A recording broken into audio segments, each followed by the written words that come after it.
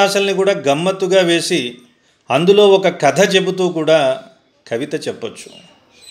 అందుకు ఉదాహరణగా ఒక కవిత చెప్తాను. హరి అంటే రీ, కవితంతా రీ రీ రీ అన్నదాంతో నడిపించాలి. హరి హోటల్లో దూరి తింటున్నాడు ఆవిడ గారితో ఆవడగారి.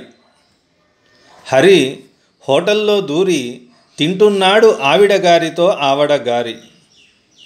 ఇంతలో వచ్చింది గర్ల్ ఫ్రెండ్ కావేరి.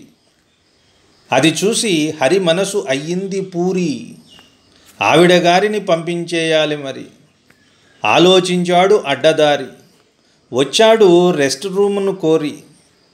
వీళ్ళిద్దరూ వెళ్ళారు షికారి. రాత్రికి వచ్చాడు హరి.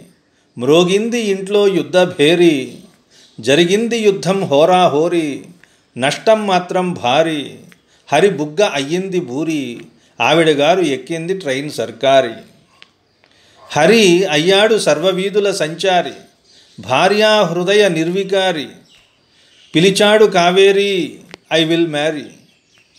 అప్పుడు కావేరి, నువ్వు వేరే ఆవిడ్ని కోరి పోతేనే కాలేను బికారి. గెటౌట్ అంది కావేరి. అప్పుడు హరి అన్నాడు హరి.